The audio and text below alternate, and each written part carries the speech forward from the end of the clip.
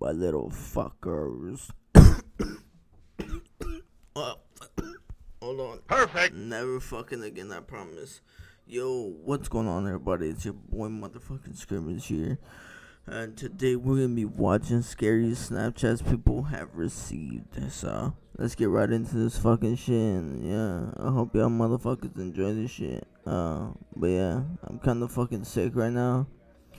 I'm getting off of some shits, and the withdrawals are hard, bro. Snapchat has become a staple in today's social media world. It's a Wake the fuck up, my boy. You sound mad loud. convenient way to contact friends and keep in touch with people. But as we've seen over and over on this channel, Nah, if I leave that shit to like fucking like max, bro, guys, you guys would not be able to fucking hear me there can at be a all. few By privacy the way, concerns if you're not careful. that's how fucked Let's it just is. jump right into So, it and look at 3 disturbing snaps people have received and their backstories. bedroom window. Fuck For the me. sake of the person who sent me this, I'll refer to her as Maria. Maria has an Instagram account with 5,000 followers, which is a decent amount, and so she gets a good amount of attention on her profile from men. Maria has a boyfriend who has not appeared in any pictures of hers on her Instagram. Maria also had her Snapchat username in her Instagram bio, something a lot of people do to allow their acquaintances and friends to add them on the app with ease. This can also open the door to unwanted contact, though. Yeah, Although to she like didn't creep add ass everybody back who added her motherfuckers on and Snap, shit. she at one point had her privacy settings set to allow all people to send her messages and snaps, even people she didn't add back. Oh yeah. So, somewhat Good often luck. she'd receive messages and snaps from random guys. Yo. Usually guys that followed her on Instagram. In her words, I'm not even in the cap. Some fries ass bitches talking about some. Oh, you want to see my ass, daddy? Like on some stupid shit. Shut the fuck up with that shit. And then also stops at.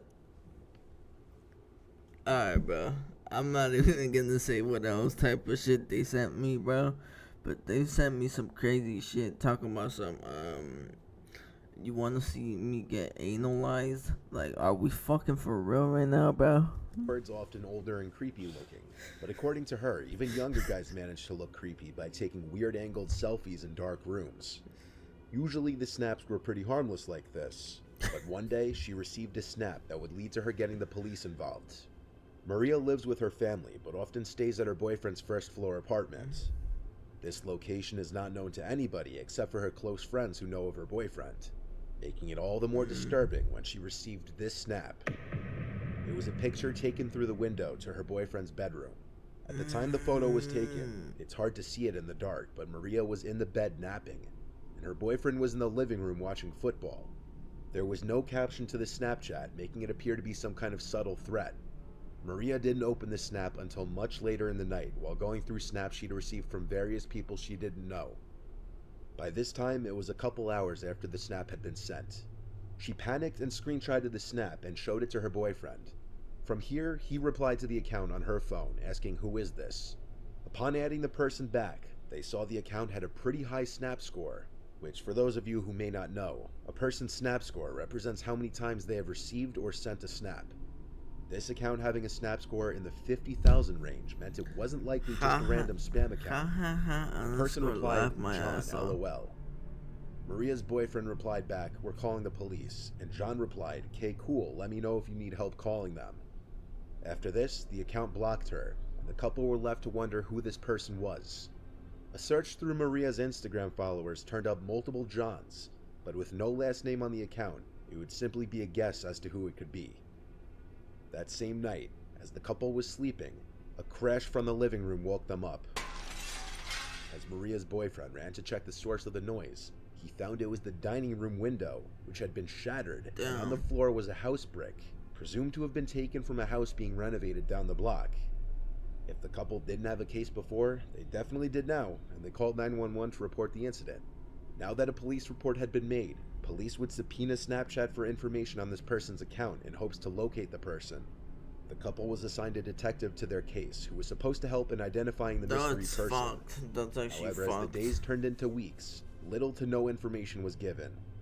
It did become apparent, however, that the Snapchat account had been either deleted or banned because it no longer came up under search results. Currently, Maria and her boyfriend have no idea who this person was, And any thought of it being a prank by a friend was out the window when their window was literally I shattered would by have a brick. fucking destroyed this It can boil down motherfucker. to a stalker being jealous of her boyfriend, but this would I would have fucking hit that motherfucker. What the? Sit down. Alright, bro, that's crazy. also mean that Maria was followed to her boyfriend's house, and that the perpetrator would know where she lives as well. Luckily, with security What cameras the becoming fuck more is my prevalent on problem, houses, bro? these kinds of Holy crimes are shit. becoming more difficult to get away with.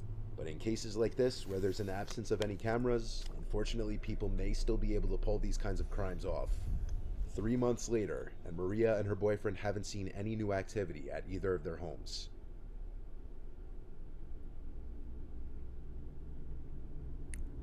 This next story comes from a college student named Tom from the University of Kentucky. Tom shares his location on the Snap Map feature, which if you've been around my channel for a while, you know how things can sometimes turn out with that. Tom lives in a house off campus with 4 friends in a downtown area by a bunch of bars. The squad of guys often walk to and from these bars at night on the weekends. The night in question was no exception. Tom was on his way home from a nearby college bar, about a 15-minute walk from the house. At some point while walking home, he was on a quiet residential street with woods on one side, and he heard someone walking behind him. He turned to see a man holding out something in front of him, walking about 10 meters behind him. He couldn't tell what he was holding, but he didn't stare for too long because he didn't want to draw negative attention to himself. He noted that something about the sight of the man seemed ominous, though. The man was behind Tom for a while, until he turned to the block with his house on it. At some point before making it back, the man was no longer behind him, at least not that he thought. It was only after he made it back inside the house that he got a notification that he received a snap from his friend Luke, one of his housemates, who was home at the time. Luke had lost his phone that night though, so receiving a snap from his Snapchat account meant that somebody had his phone. Tom called his housemates downstairs before opening the video. He also turned a screen recorder on to capture the snap, and this is what they saw. Oh nah. Oh nah.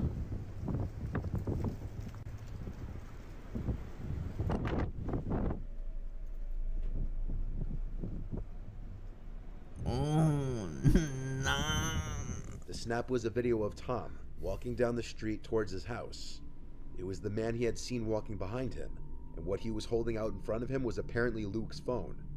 They had the idea to check the location of Luke's phone on the Snap Map, since he had his location enabled, as did Tom. The location of his Bitmoji was last updated 9 minutes ago, and its location was right on top of their house. So the 3 guys who were currently home ran around the entire property with all the outside lights on to light up the area. They didn't find the man with the phone, but oddly enough, Luke's Bitmoji moved just a tad as it updated again, yet it was still on top of the house, meaning whoever had the phone had to be somewhere that they were overlooking. After a while, the guys thought to lock the phone using the Find My iPhone feature, and then have it play a sound. When they did this, they were confused to hear the beeping sound of the phone coming from inside the house, followed by stomping of someone's shoes and the front door slamming shut. Luke's beeping phone was still inside the house, but instead of going straight for that, the 3 guys ran outside to chase after whoever just ran out the front door. By the time they made it out onto the street, they had no idea which way the person went. They were out of sight and they could have been hiding anywhere. After checking the neighbors' yards, the guys went back inside to retrieve Luke's beeping phone, and Tom claims they found it right in the pantry closet, meaning the man was hiding in there for however long. At first, one could have maybe assumed that the person who had the phone was trying to return it, until How the fuck did he get into the house, bro? How?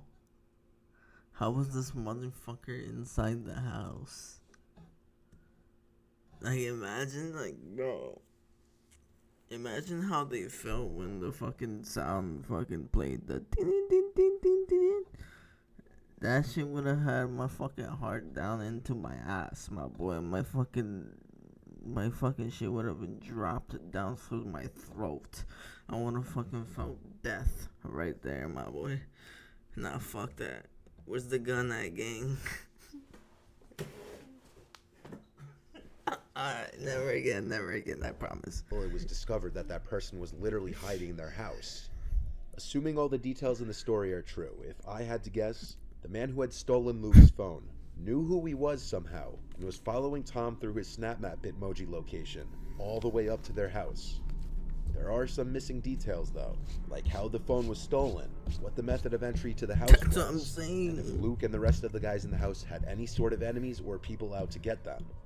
No police action was taken. Nah, me and my brother would be on some 1,000 IQ shit, on some double team smoke out, my boy. That's all I gotta say.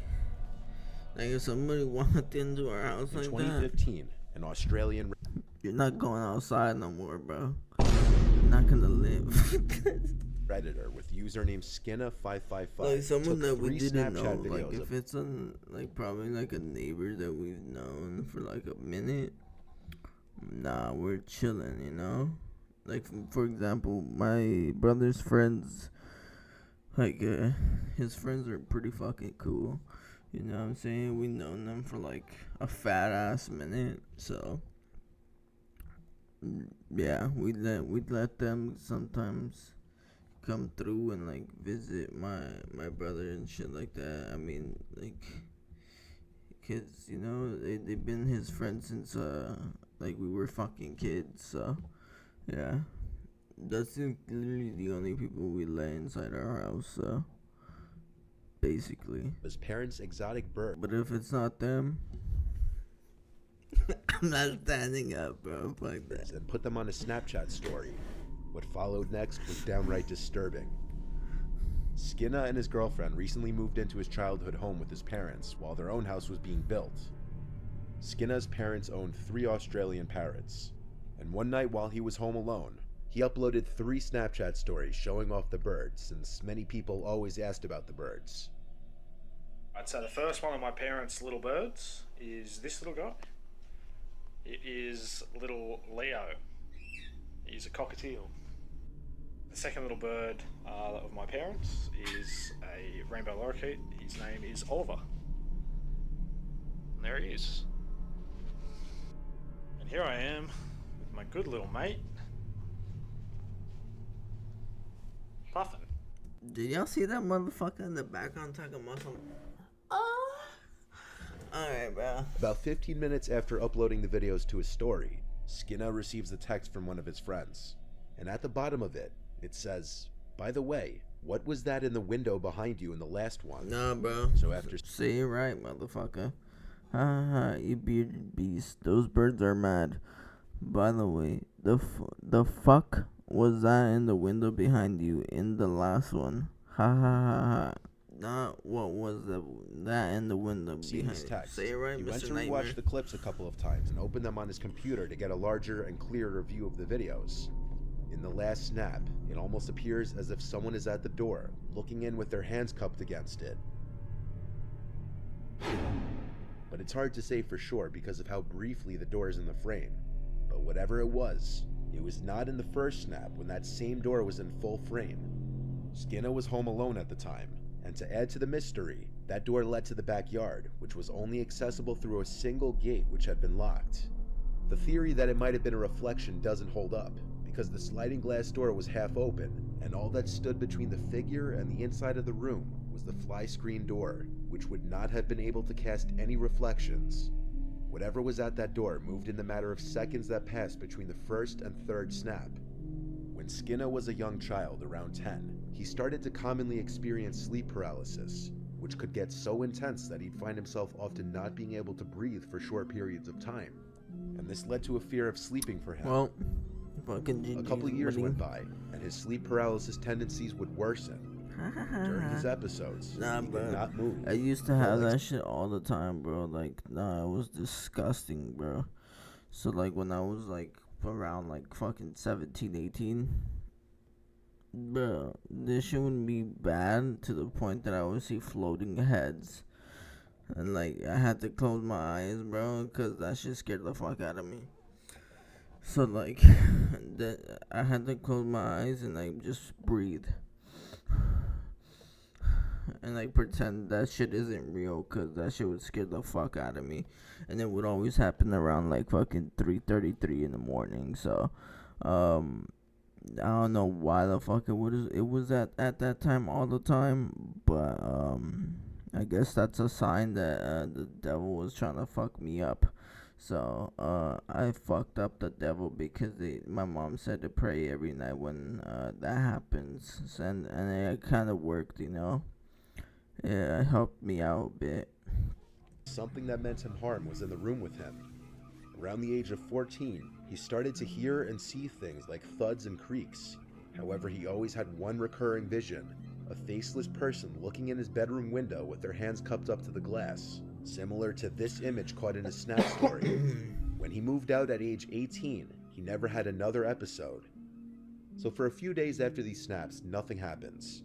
But come Friday night, Skinner found himself home alone again. At around 10:15 p.m., while playing games on Steam with his friends, he starts to hear some relatively loud banging, loud enough that he could hear it even through his headset. It was coming from the screen door outside. He got up to film the sounds using his phone. The noises got louder and more frequent. Instead of outright opening the curtains and potentially finding himself face to face with someone on the other side, he walked through the kitchen into the laundry room to turn on the outside lights. Like I mentioned earlier, there's only one entry and exit to the backyard, the left side of the house through a locked gate.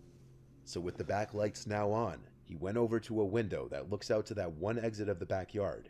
While waiting and expecting to see someone rushing out of the yard, a loud noise can be heard from outside on the opposite side of the house.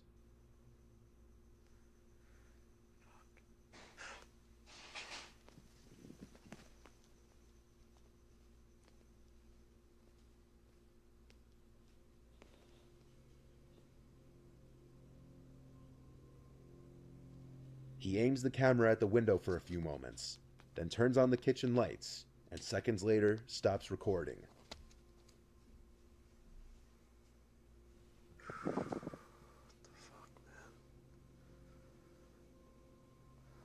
He kept all the lights on until his parents returned home.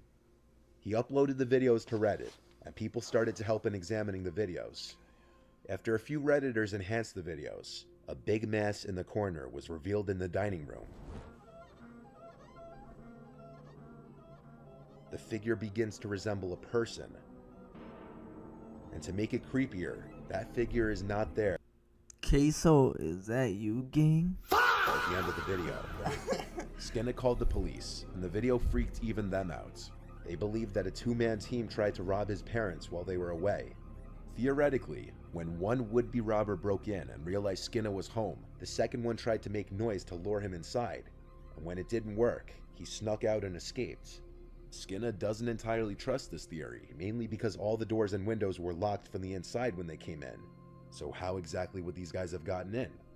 Years later, this just remains to be another internet mystery, and what actually went down, we may never know. Damn, W fucking video. Let me do the outro real quick, you little fucking sexy fucks. Alright, boys and girls, I hope you guys and girls enjoyed today's video. If you did, please like, comment, share, and subscribe. Also, please motherfucking Falcon punch that bell icon on the mouth for me so you guys and girls can get a notification on when I upload a new video. And as always, I love y'all. And stay motherfucking wicked. Peace out. Bruh, I'ma get fucking... I hope I get better soon, bro. Fuck.